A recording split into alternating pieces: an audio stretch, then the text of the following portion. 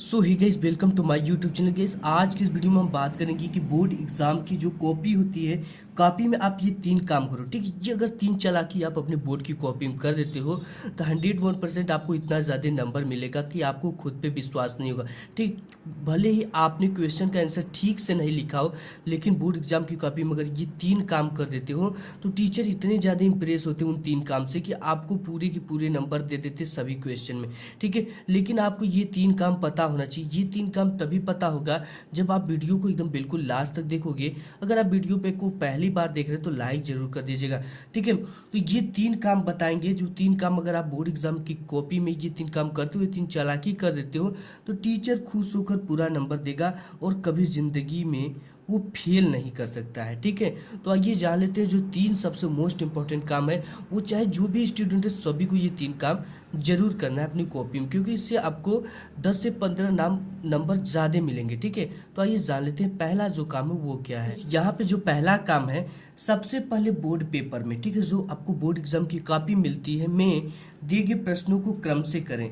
ठीक है, जो बोर्ड की पेपर आपको यहाँ पे जो सबसे पहला काम है वो क्या करना है, सबसे पहले बोर्ड पेपर, ठीक है, जो आपको क्वेश्चन पेपर मिलता है, ठीक है, प्रश्न पत्र मिलता है, उसमें दिए गए प्रश्नों को क्रम से करें। ठीक है, उसमें जो भी प्रश्न दिया उनको क्रम से करना है। Do all the question in sequence, यानी कि सभी प्रश्नों को क्रम से करना, क्योंकि टीचर इस तरीके से सबसे ज़्यादा इम्प्रेस होता है।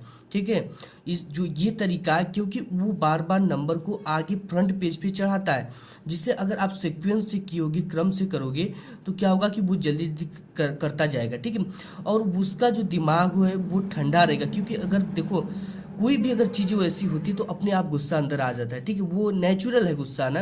तो आप क्रम से करोगे तो टीचर को सरलता होगी और वो आपको काफ़ी ज़्यादा आपसे खुश भी होगा, उसकी समय भी बचती है, क्योंकि जो बोर्ड के टीचर होते हैं वो काफ़ी ज़्यादा फास्ट होते हैं और पर काफ़ी उनको पैसे मिलती है। ठीक है, तो वो इसलिए ज़्यादा तेज़ी से काम करना चाहते हैं, उनके काम में देरी होता है तो उनको थोड़ा गुस्सा बढ़ता है। तो आपको सबसे पहला काम होना चाहिए कि बोर्ड का पेपर जो आपको मिलता है उसमें सभी क्वेश्चन को आपको क्रम से, आपको ये प्रयास होना चाहिए, ठीक है, क्रम से करना है, क्योंकि टीचर इस तरीके से सबसे ज़्यादा इम्प्रेस होते हैं। इसके साथ ही साथ दूसरा जो काम है वो बोर्ड एग्जाम की कॉपी में बीच में सादे पेज कभी नहीं छोड़ना है। ठीक है, कभी कभी आप क्या करते हो तो सादे पेज छोड़ देते हो, उसकी उधर नहीं, उसकी उधर लिख देते हो। ठीक है, कभी कभी लाइनिंग नहीं रहती तो आप उसको छोड़ देते हो।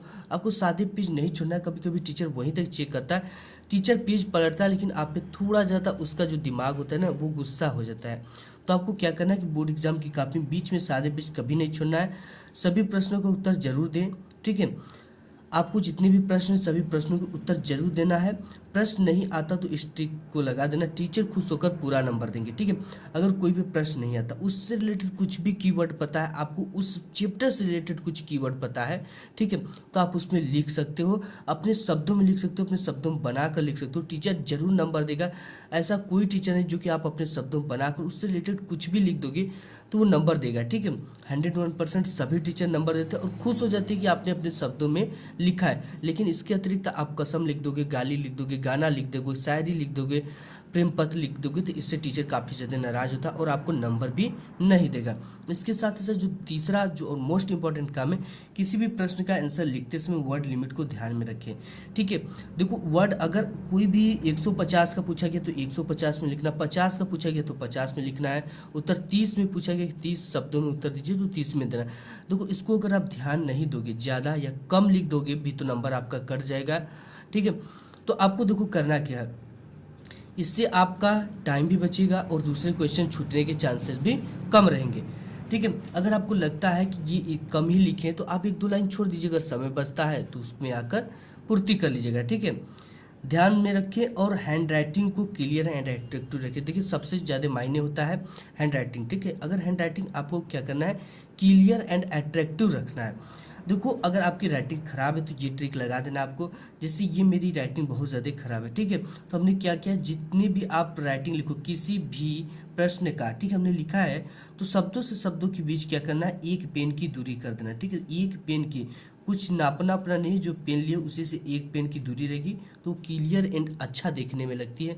तो गाइस आज की वीडियो में बस इतना ही, उम्मीद करता हूँ कि वीडियो पसंद आएगी। पसंद है तो एक वीडियो को लाइक जरूर कर दीजिएगा।